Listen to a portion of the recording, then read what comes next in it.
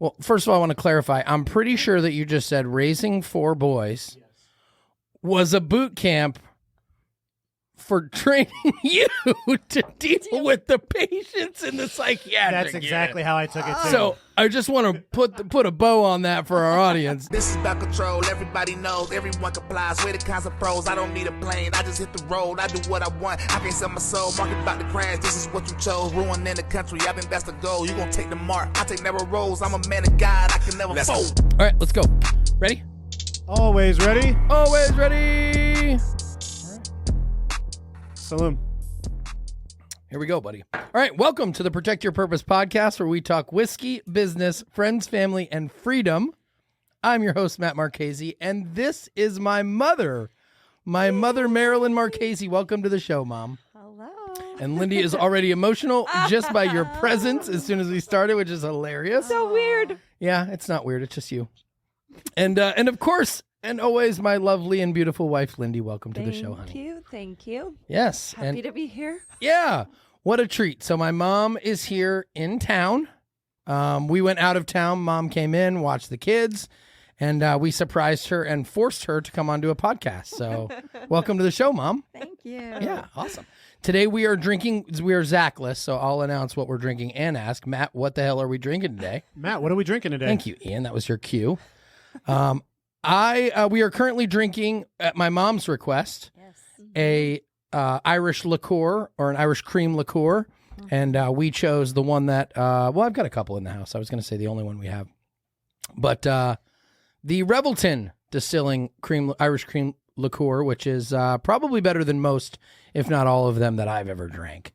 So how do you like it? I like it. I like it. I'm about to fill mine up again, actually. Ian, give me yours. Thank you, sir. May I have another? Yeah, of course. Big reach. So anyway, all right. So we're here today. Mom, what a special treat. I know my brothers are going to be, oh man, what do you think they're going to think you being on the podcast? Jealous? Oh, you think? Oh, yeah. Well, Steve wants to come. Yeah. So does For Chris. sure. Oh, Chris wants to get on? He told me yesterday that he... Oh, really? Yeah. Thanks, brother. Oh, yeah. He wants to be on. Oh, hell yeah. Maybe we fly him here for the before the wedding, and then we all go together to the wedding in September. So we've got to get Chris on. I want to do one. You want me to top you off with some more? Yeah. It'll cool your... It's about the best Irish cream I've ever had. It is good. Ooh, that's a lot. You need more or no? Sure. Why not? Yeah, why not? When in Rome, right? Yeah. All right. So I want to do an episode with... Oh my gosh. Your mom? Well, with my mom, of course. But I've talked since we started the show how great it would be to do a show with, now you have coffee flavored Irish cream liqueur as opposed to the flip of that. Yes. I don't know where my It's really good. napkin went, but there it is in all of its glory. But I've wanted to have a show since we started with me and my brothers. Because we're all, first of all, we'd probably confuse the shit out of the audience. Imagine us all on these microphones. We all sound exactly the same. They would never know for the audio people. And you and Mikey, when you have glasses on, look at it. Like when you posted those sign language videos, I thought the first one was Matt and the second one was Mikey, and it was reverse. Yeah, that's how it works, man. We look alike. We sound alike. I don't know, do we act alike? To a certain extent, you all have your own personalities, your own little personality traits, but you look so much alike. All of your... Who do you love the most? How did I know? Let's get right into this. How did I know that? Who's your favorite child? Oh, Lord. You cannot do that. Would you say that they have terroristic beards? Yes. All of us, yes. And listen, Yes. but I was a late bloomer with the beard, not only because my beard just didn't start growing until I was much older than all of my hairy Wolverine-like brothers, but also I had a 22-year holdback. Like I couldn't grow a full beard because I had to shave for the military. So I am finally a part of I'm the last man. Real boy. Yeah, I'm a real boy. And now you're I'm the last one like in. all of them. Yeah. So now it's really fucking people up. Sorry for my language. Mom. Yes. I feel like like you said, they all have different personalities, but they're all big personalities. And I feel like getting you in this room with all 4 of you would be the best. Because Yeah, we're you all much have different. stories about each other. You all give each other shit. Like, I think it'd be great. What do you think Let's about do that? it. Oh, that I think it would be amazing. And when I was talking to Chris this week, and they were all checking on me, taking care of your children, they checked on your kids, I guess, to make sure they were okay, Alive, and, yeah. and then their mom to make sure she was surviving. Yeah. And when I did, we talked about the podcast, and then he said, yeah, that he would want to be on it, and it would have to be like in person to get everybody in that room together. Yeah. that's I think for you sure have we to. have to all be together. And Mike, of course, would be on board. Yeah. You know that. And my brothers are I mean, for the audience, obviously you all know this. We are very similar. Mm-hmm. We look alike, we talk alike, we sound alike. Our vocabularies are very different. The words we use are different, I think. All the same big hearts, though. Yeah, I think we've got that low L we think call, so, you know, too. that loving big heart. Yeah, I think we all got that. There's a lot of similarities, but we have a lot of differences too. I know everybody's culture index, so I know everyone's personality like detailed outlined, so I know where our differences are based on the words that we selected and what we study. So I kind of know our differences, but from an outsider's perspective, I can see people thinking we're all exactly the same. I mean, hell, for a lot of years, I thought Mikey and I were the same, and I thought Chris was probably the only one that was different than the rest of us three. And then as we grew into our lives and into our personalities, that all changed. But Chris and Mike are very similar in personalities. Why did you think that? Why did I think we were all... That he was different. He was just always quieter and had a more dry humor. Yeah, Smarter. He seemed smarter to me.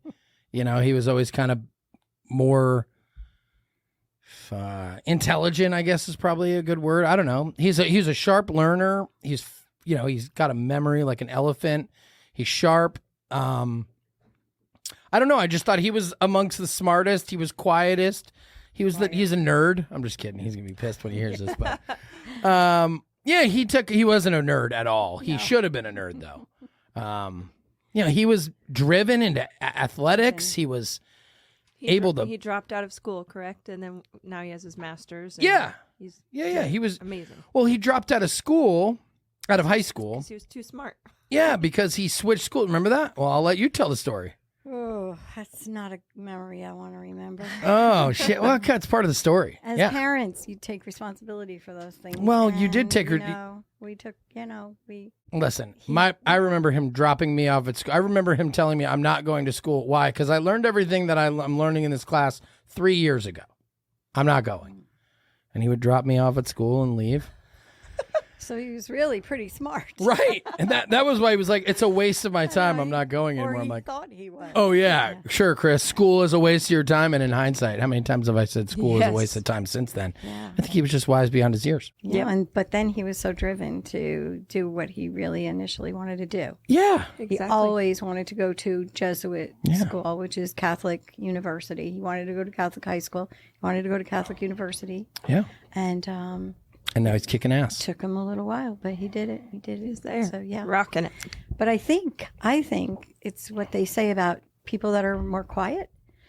They appear to be more intelligent, maybe, or they say the less you say, the better you look. Oh, that's true. Maybe that was Right? his thing. That was his little trick. Damn. You know what? All Matt I'm gonna just do, learned I'm gonna- 40 years later. You're right. Oh, forget it. We're never going to learn because the Damn it. the other three of you were completely opposite. Loud mouth. Yeah, loudmouth. And there was no mistake in it. Listen.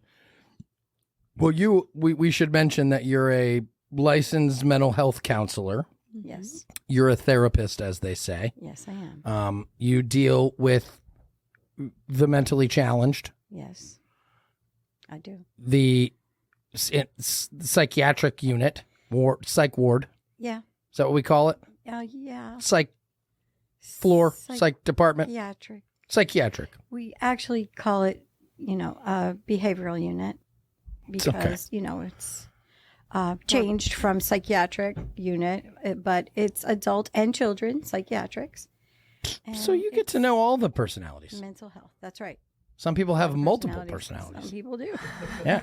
That's right. And they're not mentally ill. They just have They just different have. personalities, yeah. and it depends on when and where, right? Is it kind of like having me, Mikey, and Chris all wrapped up in one person, and then every now and then Steve pops in Yes. and like cooks something up or something? Yes, it is. It would be And- just hilarious to get you guys. Like, holy shit, you're a different person. Yes. well, being a mother of 4 sons. Yeah. The life that we went through, a lot of fun life, some rough times, hard times, but that did prepare me to, I hate to say it this way, but it prepared me for the profession that I chose, because working through issues when you have a family, there are issues. You see it with your own teenagers right now, growing into your tweens, Yeah, of course. growing Shit. into teens. And, there's challenges, but you get through it as a family. And then on the other end, when you see families, when it becomes your job, your role to watch and see families struggling, you can walk them through different ways to cope with those challenges and deal with those challenges without flipping out and without, thinking it's the end of the world. And so all of those things, those challenges that we went through Boot with camp. our kids, it was all just in preparation for me to be able to help other people. That really. But is now you're what helped me. retired, right? Oh, well, yeah, kind of. I'm still a therapist. I'm still a licensed therapist. And she still works. She's retired, I kind of. still work. She now just works on her own free will and her own terms. Yes, and I like Right. working as a therapist. That's really great. When before you retire, it's different because it's it's your job and you have to. But I did love it all those years, 20 years in the hospital. But now I love my new job, which is my grandchildren. Yeah, you get to be a grandma. You get to come do this. Yes. Yeah. Well. Well, you didn't know you were coming to do I this. didn't know I was coming to Yeah. do this. But it's part of it. This is part of retirement. You get to get interviewed now. Now you're big shit. You've got a whole career. Now you're a career grandma. You're a celebrity. And you're a celebrity. Yes. Yeah. So I was going to ask. Well, first of all, I want to clarify. I'm pretty sure that you just said raising 4 boys was a boot camp for training you to deal with the patients in the psychiatric That's exactly how I took it too. So I just want to put a bow on that for our audience. One of the questions I was going to ask is, what was it like raising 4 boys? And I think we've jumped all the way to the end, and it prepared you to deal with full-blown crazy people for a living. So I'm happy that I was able to do that for you. I didn't know. You should have sent me like a thank you card when you realized this, that I prepped you for the psychotic adults that you deal with on a which certainly secured, as if you didn't already have it, your spot secured in heaven and possible sainthood, raising us, but now taking that into the life of helping the mentally ill and far less fortunate people, and you've always done the Lord's work. But that's your gift. So instead of jumping into what was it like raising us, I want to jump into your purpose because it seems more fitting. Do you well, I won't put words in your mouth. What is your purpose? My purpose started years and years ago when I married your father, and then my sole focus was on the family. And then when Steve was born, that was my complete and total purpose, was to be a mother and wife and daughter, and my so I would say my purpose was always the same. And in the end, here's where I am, which is, I think, like the most blessing anyone could ever have, is to have 4 grown sons, beautiful daughter-in-laws that are amazing, and 6 grandchildren. And that's right now my sole 6 purpose. grandchildren 6. and counting. Yeah, and So some of us or them Matt, aren't where? done. Hold on. That was not an announcement. Whoa, that whoa, was not an whoa. announcement. No. Like, That was not an announcement. And no, we. Okay, I'm sorry. Wow, Matt, you shook the whole room with that. Listen, Who's pregnant? I didn't even think. Yeah, salute. Hey, More grants. to the baby. Grab a cigar. Next it's a boy. episode's the gender reveal. Yeah, grab a cigar. No, I didn't even realize that that's how it came out until afterwards. Then I realized it. That's not how I meant it. What I meant was there's still some possibilities for some grandkids. I mean, Yes. you've got grandkids that That's are, right. There or are. you've got children that are grown adults with no kids yet, with potential plans. Some of us aren't completely done yet, maybe. I mean, it's a possibility still, right? And counting. Not trying to talk about the SEX with my mom on the SHOW, but Thank you. that's still very possible. Yeah. All right, I'm just saying. Yeah. Yeah, I mean, there's been nothing permanent Done. done. Wow, this is amazing conversation. So Suddenly, Yeah. this is a great here we show. go. Should we Aren't you talk happy about you the came birds? on? Should we talk about the birds and the bees? No, I promised my mom that I would say the F word only a few times and that I wouldn't talk about sex on the show. I said it once, and you can edit that out. And you've been doing great. I'm proud of you. Thank I you. am too. It takes your mom to have you not say that. Well, I talk differently to my mother. That's wonderful. I try to, at She least. raised you right. All sons I should. try to. All sons should. Yes. My mom is very tolerant of my foul language. Well, I will say that I love to listen to the podcast. I'm riding around in my you're car. a I fan. can listen to it on the radio and on the Bluetooth on the car. And a lot of times when I hear the F word over and over and over again, and I'm like, Matthew, all right already. And I then know. and then I just shut it off for a few minutes. And then when I come back, it's a different subject, and I'm Shut it off. okay with it. Yeah. Do you have a I'm favorite sorry. episode? Well, I'm not sure it's my favorite, Okay. but there's one that really Stands out. stands out. Yeah. Okay. And I won't say that it made me mad, furious, but and it was one when you and I talked about this. You talked about Oh, shit. football and the football games during. Oh, dude. Yeah. Yeah. My mom is mad at me. You should tell the story. I Yes. don't know what she's talking about. Yeah, and I forgot about that conversation until then, so I didn't know it was so impactful. I didn't know you were still holding on to that, but I guess here we are. Spill the beans. He asked Tell me everyone. what is my favorite or Let's which go. one stands out. And Stands out. Let's hear it. Well, so when I tell the story about my family, I say my family were the biggest Dolphin fans in Florida, in New Jersey first. We started off in New Jersey, and they all had their little Miami Dolphin outfits and clothes, and we'd come to Florida and then live in Florida. And it was a highlight of our family. It was one of the most fun things we've ever done. We would sometimes go on Christmas Day to watch Yeah. the Dallas Cowboys play on Christmas Day, I think. And then whenever they played the Dolphins, that would be our Christmas Day. And we would all get up and go to the game. And the games, we'd stay at the hotel. The kids would have a great time. And then on, of course, Sundays, huge for the Dolphins, Jets games, craziness. And Monday Night Football, people in our neighborhood would say that the Marchese house rocks back and forth on Monday nights when the Dolphins play Oh, yeah. because it Wow. was just Well, that didn't change. Yeah. So it was just fun times. But when I tuned into the podcast, I heard Matt saying things like, I don't fucking watch football. It's a waste of time. It's a waste of your life. You shouldn't be doing it or whatever I my was dad saying. dressed us up in these outfits and clown, exactly. No, Zuba shorts. Clown outfits. No, these are some of my mom mistook the way this was supposed to be taken. Well, I'm just saying that's what I heard. That is some of our fondest memories as kids. Like my dad was a fucking diehard. There's two. Sorry for the language. Yeah, that's okay. He was a diehard Dolphins fan, Yes.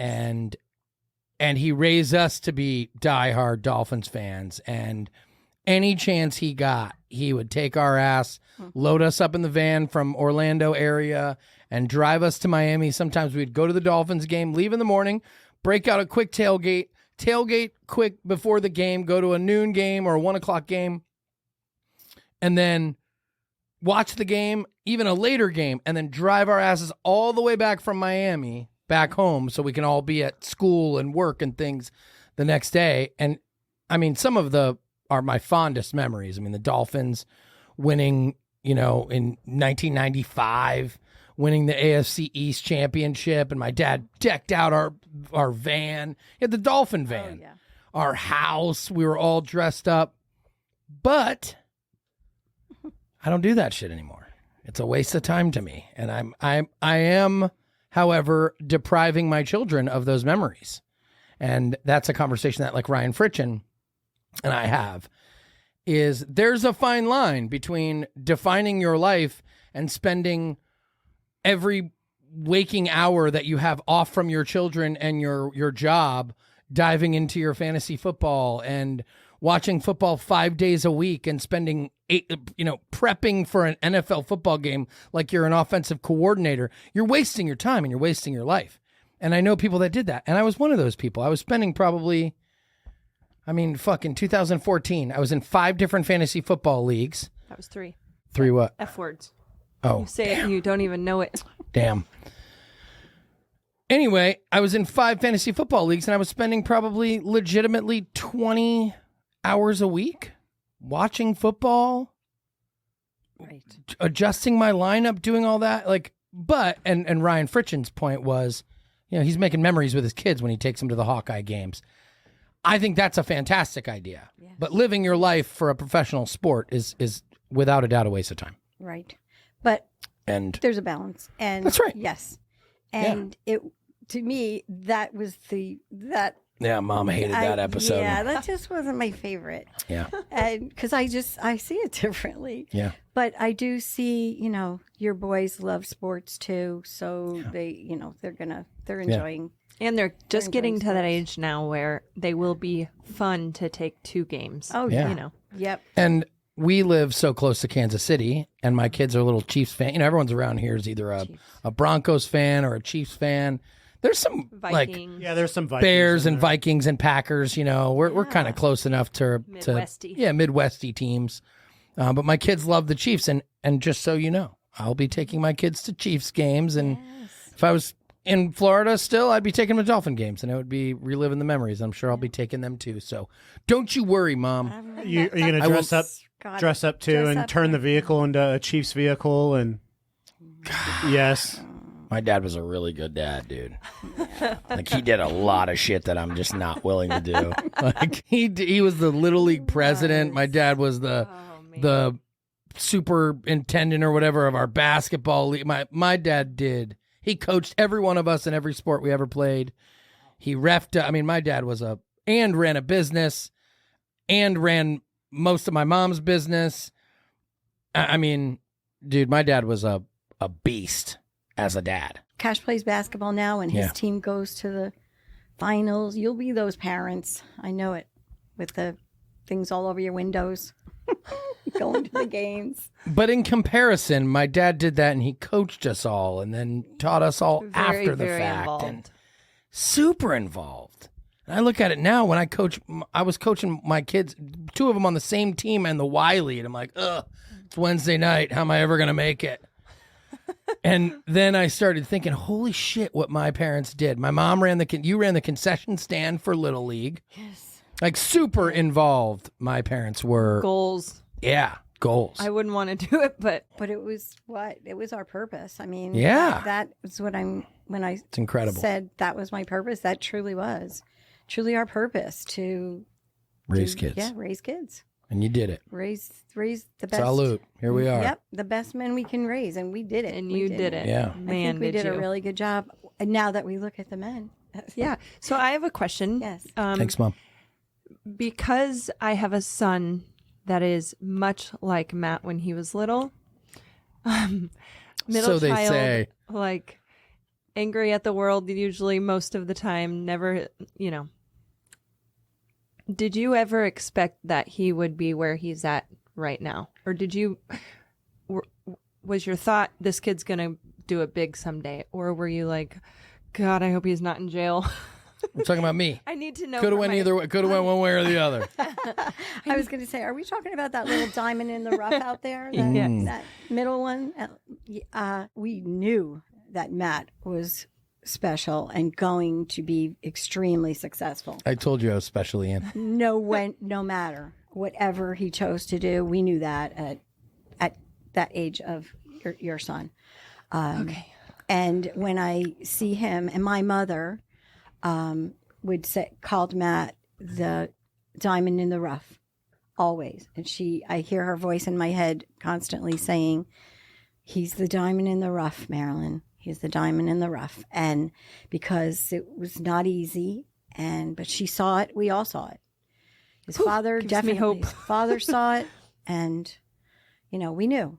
We knew early on that independence, the ability to stand up for what he believed in, no matter what the consequences were, which we watched. Still today. doing that shit. No matter what the consequences, he just would not back down on his strong beliefs and protecting the others, which is why I get such a laugh out of watching what goes on here. My kids bold-faced lying for each other, and one of them climbing out of their window onto the roof, and me getting after Kaysen for 25 straight minutes, me roasting Kaysen for why he's not allowed to climb out his window and be on the roof. Meanwhile, Cash sits there curled up in a blanket on the couch and let Kaysen take a 25-minute beating and didn't say a word. And finally, I look over at Cash. I go, he hasn't said a word, hasn't made a noise. And I go, you get on the roof? And he goes, yeah. And I'm like, you little dog, you sit here and let your brother get beat down for this. When you asked him that question, Oh, immediately. his heart, his heart skipped. He's like, shoot! And Kaysen, No, I'm so close. I could tell you this, the whole time Kaysen was sitting there, he was like, in his heart, he knew, I think he was getting through me nagging him for 25 straight minutes about, lecturing him on right and wrong.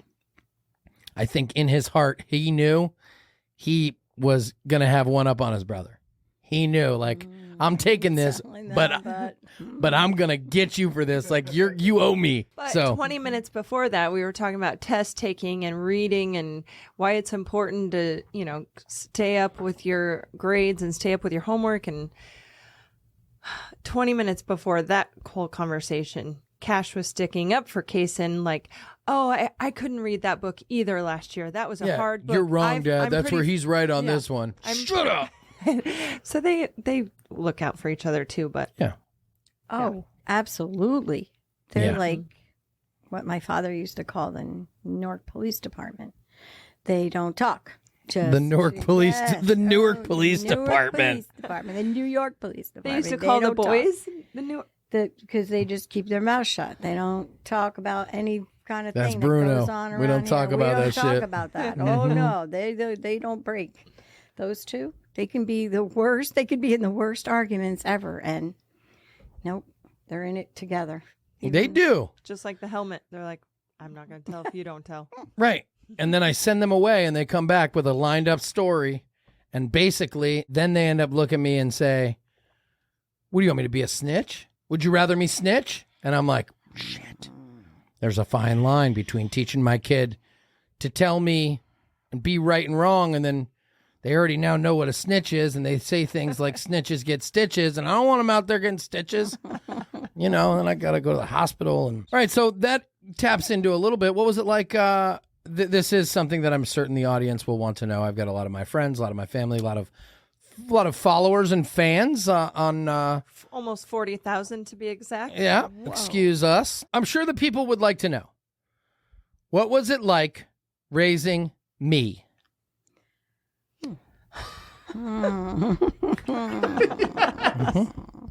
She's like an engine revving up. Like,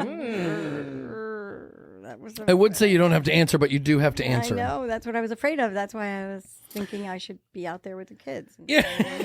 well, good thing here, Momma Marchese, is the truth will set you free on this podcast. Yep. So That's right. whether it's good or bad, we're All right. we're embracing it. We are a truth-based podcast. It is a requirement that you come here and tell the truth. If not, then we don't air it. We wait for them to censor us. So we don't decide whether or not it gets the air or not. We just decide what's true or not. So you got to be truthful. Tell everyone you love me the most. So I would say, much like Lindy, I was your protector most of the time. And because you had 2 older brothers, you're in the middle. And then this adorable little baby comes along, and so it was kind of hard for you to be fighting your way through the insanity of all those boys and kids and football games and baseball and all that other stuff. So a lot of times there were battles and you were in the middle of the battle. I'm just saying it was either, I'm just saying it was because they were always fucking with me. Steve and Maddie. Sorry, that was another bad word. Yes. Sorry. Or Chris and Maddie. Or Mike and Maddie. Mostly you two didn't fight, though. You didn't fight with Mike. But they picked on him a lot because he was an easy target, correct? Or no? I was pick-onable. I would say I thought that. So I thought that they would pick on him, and that's why he would be always crying and always moaning and not happy. That was my story. And not happy about hardly anything, didn't like people or the pictures or any of that stuff. Oh, But- I've hated pictures my entire life. Was his nickname Moaning Matt? Bratty Matty. Bratty Maddie. Or, Pretty close. Yeah, I would say Moaning Maddie would be like a good description. But as the years went on and I heard the other boys telling these stories and how Mom's was always protecting Matt and he would... Mom had my back. So they're playing basketball, for example. Here comes Matt. He wants to play. They're like, nope, get out of here. You're not playing. And because they had their friends, you know how that goes. And so what does Maddie do? He goes in the middle and kicks the basketball. I'm not playing. Nobody's fucking playing. Exactly. Bye. Boom. That just See ya. Right. Enjoy your game. I'm out of here. Yes. So then what happens? Here comes, they're chasing him. They Here beat comes me up. Maddie. And They he's whip my crying. ass. Yeah. And so, of course, the 2 older boys, all friends go home. The boys go in their rooms. They're grounded now for picking on Matt. But, so I went and got that's how- ice cream. real quick for context. What's the age differences between the siblings? Basically 3 years across the 3 years. And then Chris and I are like about 2 years and then 3 years. Yeah. So I am 40. Mikey's 37. So 37, 40, 42, and 45. Yep. You can backtrack those years back to 1995 if you're interested. Yeah, that's the truth. So mostly I was protecting Matt. And then the dad would come home and be like, now what the hell is going on? And everybody's telling him stories about how Maddie did it and Maddie kicked the ball and Maddie did it. And so that's really how it went most of the time. And it Listen, I wasn't lying when I told you I had to fight my way to everything. You did have to fight your way I had to through. physically fight these bullies. They used to pick on me. Well, Maybe it was a little provoked at times. I don't know. exactly. When you look back to was it, young. you think just like Lindy and I had this conversation about, your about your son, that it's a position that you're in that you have to fight for. And my sister, we'll talk about her on here. Let's talk about that. Yeah. My Aunt Patty, Aunt Patty, the middle she's child. the middle child, and her I'm proud. Her, Maddie, and Kaysen are very much alike, very strong people, very strong-willed. She spent a lifetime being a police officer, an investigator, And for the bona fide prosecutor's office. badass. Yes, exactly. She was groundbreaking female police officer. And so they were very much alike in personality. And she always compares herself and the boys saying, yeah, because we had to fight for everything when you're in the middle. So, those of us who aren't middle child, we don't really know what that feels like. But I look back and see now that you were, fighting for their attention. You wanted to be part of the group. But as the little brother, they're like, get out of here. And so most of my time was spent protecting Maddie. Yeah, that's right. Yeah, from the bullies. That's so cute. Yeah. But when in reality, he was a little shithead too that would go and kick a basketball. I'm gonna kick a basketball. Yeah. Because that's exactly what Kaysen would do. Exactly. Exactly. Oh yeah. I love that you and I try to teach Kaysen, like, if you want people to like you, you have to display behaviors that are likable. And then you think of yourself going and kicking that Oh yeah. basketball. And then Lindy will be like, well, she'll ask me a question about what I said to him. I know exactly what he did. Why? Because that's exactly what I did. Yep. I know I know what went through his head when he did it, because I've had those emotions. I've had those feelings go through my head and those thoughts, and that's how I reacted. Yeah. But shit, what was I going to say? I was going to say something about, I think it's funny that you said that you were protecting, like Lindy, you protect me because Lindy protects me. Shit, I don't remember what I was going to say. Something along the lines of me learning from those experiences as a kid. And I really do take it to parenthood now, which is a big deal. Like when I tell my kid, if you want people to like you, you have to do things that are likable. Like, and instead of attention seeking from doing shit that isn't likable and then going, well, nobody likes me, which is what I did. I would go take the ball, punt it down the road and leave. And then I'd go back and want to play, and they'd be like, no, fuck you, get out of here. You're not playing. And I'd be like, you won't let me play. Let me be. And I'd be so pissed. But I was a jerk because I didn't get the attention, not understanding that if I just would have made the commitment to be more likable and not been such a jerk for a longer period of time, I probably would have achieved the desired results. I have a question. You don't think so? It's who you are, and our place in the family makes those decisions for us. Okay, so you We think have to I fight was in for a pit. yourself. I was in a rut. You have to fight for yourself. On the I was other- going to fight. There's a 6-year difference between your older brother. He didn't want you around, dude. You know what I mean? Yeah. It's just like if Cash has friends over, does he want, and he's trying to shoot hoops, and Cora wants to, I mean, he might let her, but you know what I mean? When you got that big of an age difference and your That's friends are true. over, Yeah. you could have baked them some cookies, and they said, get them cookies out of here. Listen, whatever. They all know I'm awesome now, and they all want to be friends with me. That's what I was going to ask you is what age were you where you all started to click and Adults. really? Yeah. So Like, Mikey and I after were. the army maybe? Or right before the army? College? What do you think? What's your perspective of that? I'm interested to hear an outsider's perspective. I would say the Army, that changed everything. When you joined the Army, they all just immediately had an immediate respect for you that probably wasn't there earlier during teenage years, but that all changed. And then when you went to Kuwait, you don't know what was going on with us, but they were the most proudest people you could ever see. They were making those videos and playing those videos and telling the world that they're brothers in Kuwait. And everywhere they went, Mike was making a video of friends making video for Matt. And yeah, I believe that's exactly when it changed. Shit, I always bailed them all out. Whenever they needed some shit, they always came to me before then. I have to wait that long for them to get along. No, just kidding. They do Maybe. get along. They No, our kids get along. Oh, yeah. Our kids are they get along very well. But I feel like they're just starting to go through puberty where their hormones are going to be raging, and Yeah. we'll see. I think they'll be fine. Yeah. My brothers and I have always been close. Yes. We've always been close. We've always fought. But I could tell you one thing. Nobody messed with me. Steve would, kick my ass out, or Chris would kick my ass out. But if anyone ever messed with any of us, there was no question. I mean, there was no question that they had my back ever. Yeah. I mean, our whole life, it was don't mess with the Marcheses because, well, first of all, they knew my father was crazy. So nobody was going to mess with a 5'9" guinea from New Jersey.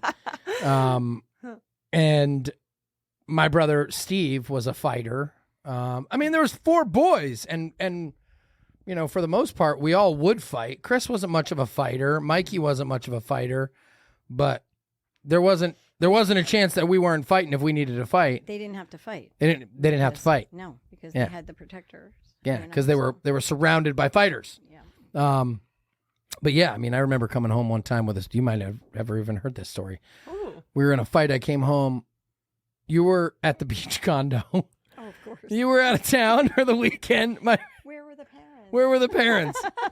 And we went to a party, and it was a Winter Springs party, and we showed up. We got. I'll spare everyone the fight story. We got into a big brawl, and I got hit in the back of the head with a bottle. So I came home with a split head in the back, and bleeding with a bloody rag and an ice pack on my head. This was in high school? It was in It had to be. high school. Okay. Yeah, senior year. It might have been freshman year in college. No, because I don't know if it was high school. It was senior year. Yep, it was senior year. It was definitely senior year, 100%. We went, I got hit in the back of the head with a bottle, and I came home, and I'll never forget Steve. He'll probably remember this. He wanted to go kill somebody. He was like, who did this? Who did this to you? He wanted me to tell him where they were. He was rounding up the troops. Whoever hurt me, it was on.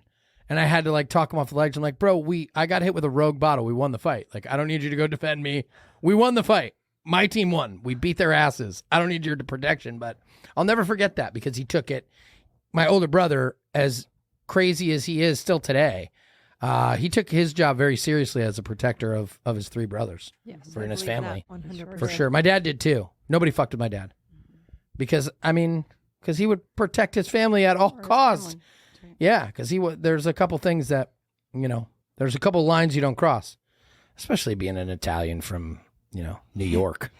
Who I thought You don't play with my money and you don't fuck with my family. I thought your dad was in the mob for A lot of the people first thought that. Great things about raising you, and those were And what just were those? the tougher times. But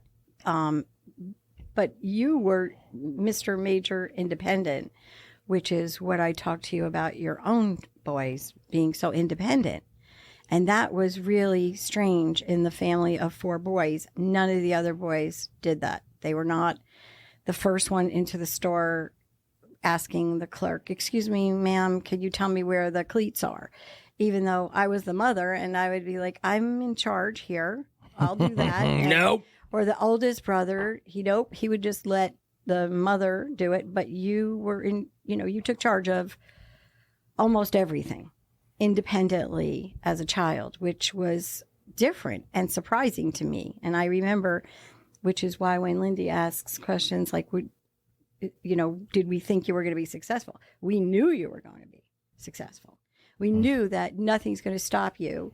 You took control. We have, so many stories that we have in our family, but most of them are about you taking responsibility, taking charge of the family, being somewhat of the protector for everyone, more mature for your age. That's Sure. for sure. That's for sure. You were growing up really quickly, maybe because of that place in the family. Yeah. For whatever reason, we saw it. I could see it at ages, 11, 12, 13, just like your boys. Yeah, I think a lot of that shaped me. We talk about that all the time about Kaysen. Kaysen is the same way. He will go in there. He's not afraid to talk to anybody, ask for something. Always. So that makes me so excited. Yeah, Because, Kaysen will pick up the phone, oh, yeah. Google something. He'll make a call. I'll tell him they're closed. He'll call them. Yeah. Hey, do you guys have Fact checking me. No, they're open until 9:30. Hi, sir. I just talked to the store manager. What are you talking about? You talked to the store manager. Ooh, on what phone? Kaysen, your son, had a conversation with a woman who did not speak English in SeaWorld, but she was running the stand, and he pulled out his phone and Googled so that the lady could converse to translate with the other little kids that were asking her questions. And your son at SeaWorld was translating for the lady who spoke Spanish. At 10 years old. Yeah. We went there when he was 10. That's And- crazy. yeah. And he's talking away to her and I walked over there and said, what are you doing? He said, she doesn't speak English, so I'm just helping her so she can talk to them. Yeah, he's a fixer. And yeah. When he wants to When be. he wants to be, yes. He's a problem creator when he wants to be too, but that's that little negative energy. That's that attention that I try and. Anyway, all right. There's a couple other things that I had on my rocket docket to explain. What would you say to parents of I don't know what I would refer to us after you told us that we were a training camp for the psych ward. Whatever you would call kids like our troubled children, is that what we're called? What would you say to parents who are going through challenging times raising their children? You can call it boys because that's what you did better than most people I know, but challenging time raising kids or boys. What would you say for them? That's a great question. Bit of advice. Clarifying what I meant was, I know, I am a kidding. therapist first and foremost. Sure. I'm a therapist. So yes, I did work and still do sometimes in the psychiatric unit, and those are mostly with the severely mentally ill. But as a therapist, I said I was being prepared. I was more prepared because of the life situations that we went through, the events of our life, and kids Hard getting times. hurt, and hospitals, and accidents, just getting banged up, hurt, being in the emergency room, some other issues that families go through that you hope that they don't, but we have had situations in our family, just like everyone else, that we've had to come together as a family and deal with. And so being a therapist doing family therapy is different than, when I was talking about working in the psychiatric unit.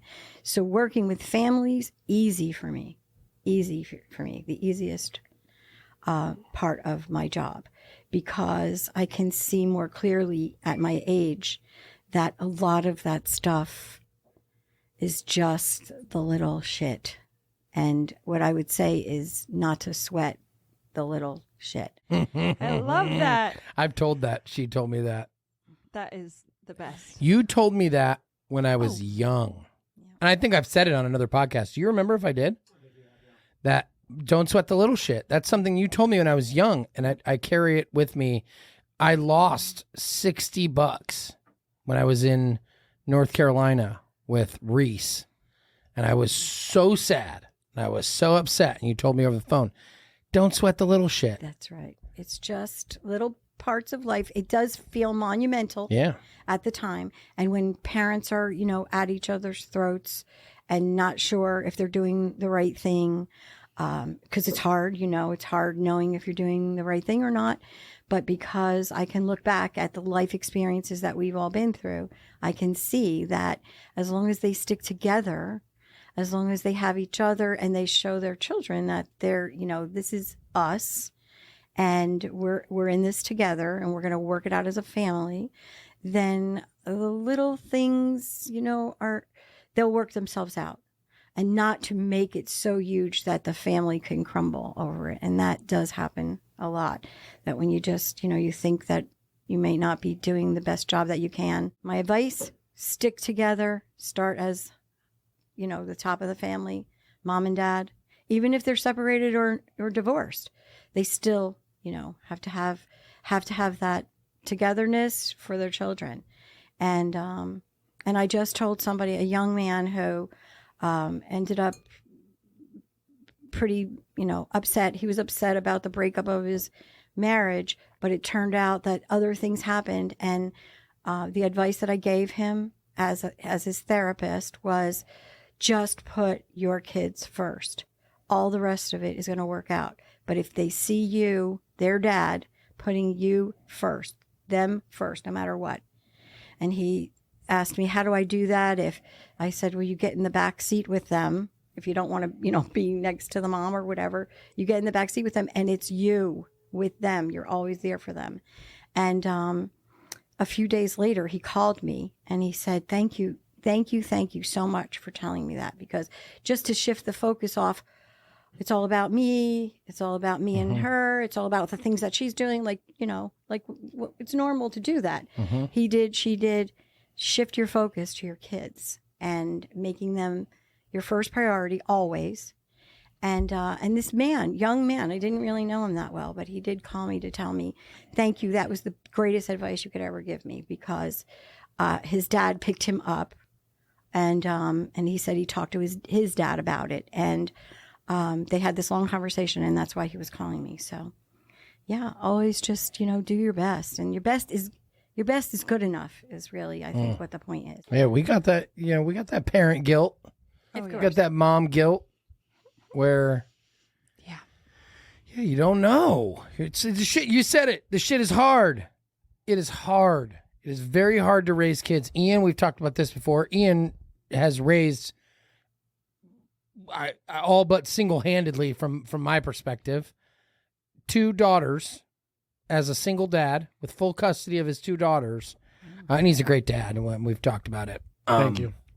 Yeah. Wow, that's He does all awesome. sorts of shit with them. He goes and, he puts his daughters before anything, but it's hard. It's hard.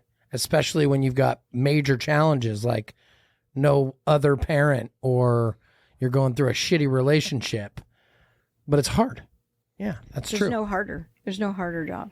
It's the most important. There's no job that's harder than raising a family, and there's no more rewarding job than when you get to the end. When you get to the end and you can have, I say this about your dad all the time, if you can get to the end of that road and have your sons calling you every day, checking in on you, being your best friend, 4 grown adult sons being your best friend, then you are a major success.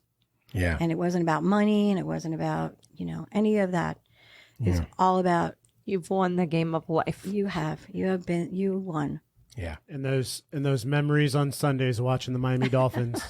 That's right. I can tell you one thing. That's a lasting memory, because I'm on a group text with James McManus and my 3 brothers. And for somebody who hasn't watched an NFL football game in its entirety in probably 7 years, I sure know every game that the Dolphins win or lose, because I'm on a text thread, and I Yes. jokingly will get on, and they will, laugh at me. I'll get on and be like, "Who's playing?"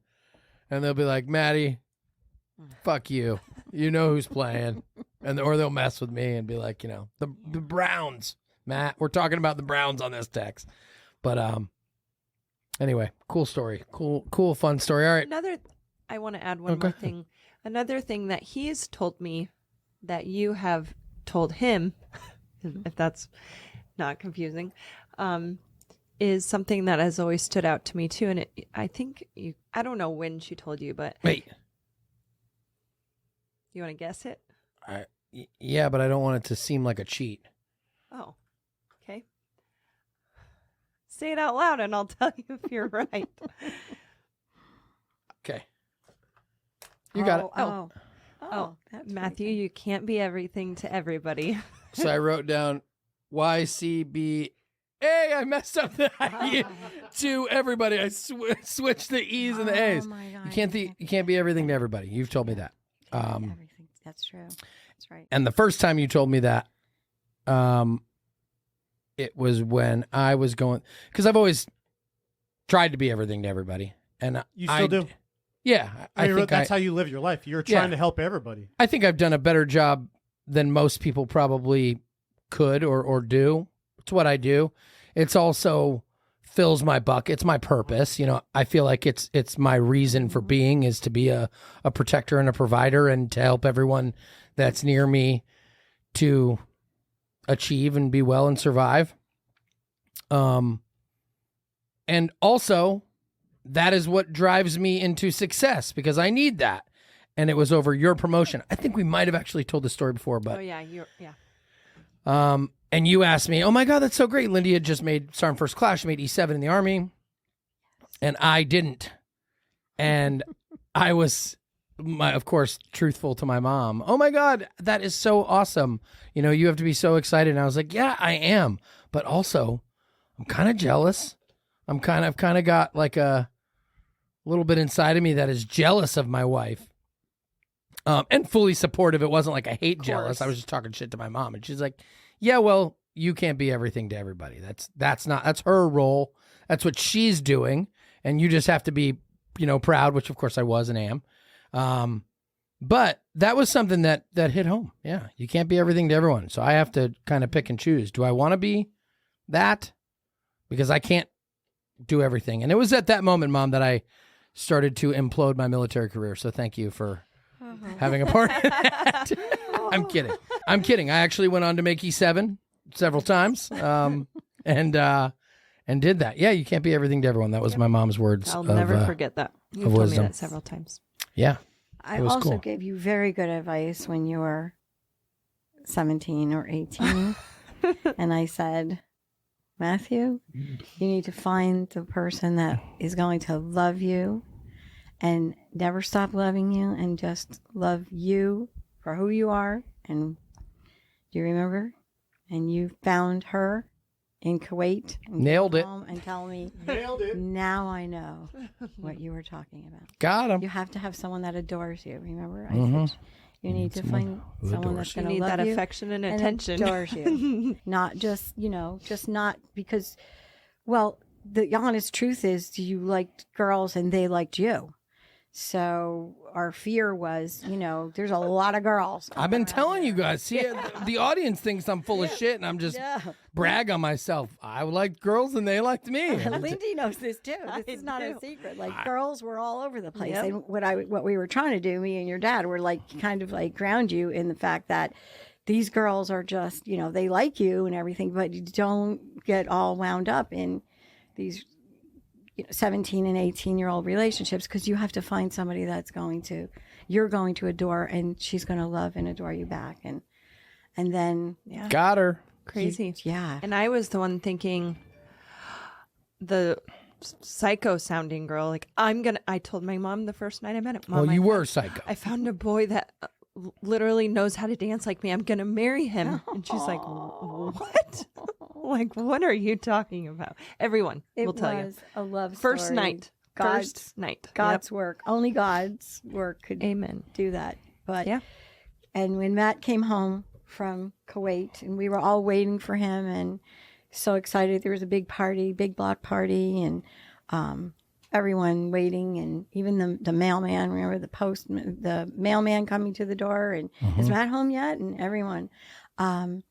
But when he came home, he went in his room and he opened up his computer, and then he was watching videos of Lindy, showed us Lindy, and we were just all like in complete love with Lindy from minute one. She was crazy. Everybody loves Lindy. Crazy beautiful. And then I don't know if everybody knows this story, but Matt watched. You're the one who put me behind this microphone. Let's go. Yeah, you're on it. Give her a little You're bit the of one who whiskey. put me behind this microphone. You want some more whiskey? So don't get mad. But when he came home, he watched the videos of the two of you dancing in Kuwait, and he danced in the living room. Do you remember that? Mm-mm. You danced with the video in the living room, and we thought you had lost your freaking mind. I did. We were I had severe PTSD. This is From the definitely- war. Yeah, this is something really crazy from the war. He's dancing in the living room to the video, and that's how you got. Is that when you decided to peace. become a psychiatrist? Yeah. Yeah. My son Yeah. needs help. I need That was I am ready for the psych ward. Yes, that's when I did go to the psych ward. That's I'll meet exactly you what at the it was. psych ward, Yeah. son. He wanted everyone to know at home that he learned how to dance, I guess. Yes, I and remember. it brought him peace just to be dancing with you, even though you weren't there. Wow. So it brought him that peace that coming home was hard, and leaving you behind was really hard. And we so, only knew each other like a month, and then he had to leave for 3 or 4 months. Yeah. And I was like, I'm never going to see this guy again. And it Yep. worked out. Here we are. Here we are. Still dancing, sometimes better than others. After an episode of the podcast, after a few drinks, we dance a lot less good. But all right, well, Mom, it's been awesome to have you on the show. Thank you for coming. We're so Thank proud you, of Momma you. Marchese. We're definitely going to air the show. For Oh. sure. 100%. We had to beg and plead with my mom to get her in here.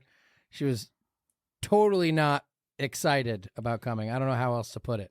Like not wanting to do the show. No. But we promised, did we lie? We promised you just some alcohol and a conversation.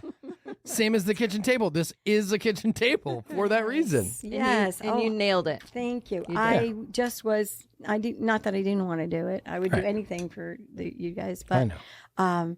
I was just scared and nervous, and You still nervous? no. Would you come back on? I'll have some You more. want some more?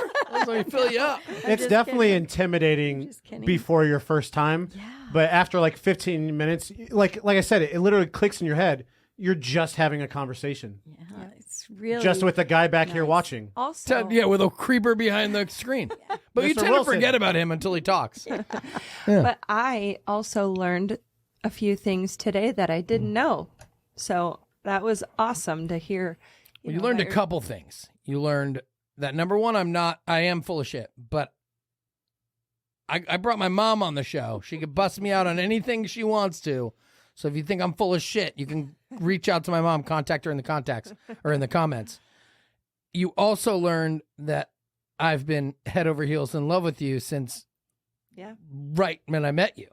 Yeah. I thought it was just me. So So See, I Lindy, wanted when you to he shake says it. you I were had to- crazy, you can sound now. You can say as well. I wasn't dancing with the air. By myself to videos, you creeper. That's exactly You right. weirdo. I wasn't air dancing like you were in the living room. Oh, that's that's right. hilarious. Yes, that is the truth, and we all watched him do it. interesting. The shit you learn when you have mom on the podcast. Yes. Well, thank you for having me on the podcast. I'm Yes. excited pleasure. to be It was so fun. to be part of it, and For sure. thrilled to be here. And thank you for coming over here to do this. That was really awesome. No problem. That's what I'm here for. I'm sorry I tried to trick you. It was perfect. All right. You got anything else? I do not. Thank Let's you for wrap this being thing. here. Yeah. Thank you for watching our kids too while we're Yeah. public service announcement. When we go out of town, we call Momma Marchese and she My gladly. pleasure. My pleasure, my purpose. Yeah. Yes, It's awesome. definitely, definitely. We're goal. grateful and thankful. The kids are happy to have you here. We're happy to have you here. I'm sure they're going to listen to this episode, and it seems it's probably one of our most appropriate episodes for our kids. And I'm certain they're going to want to hear you and what you had to say.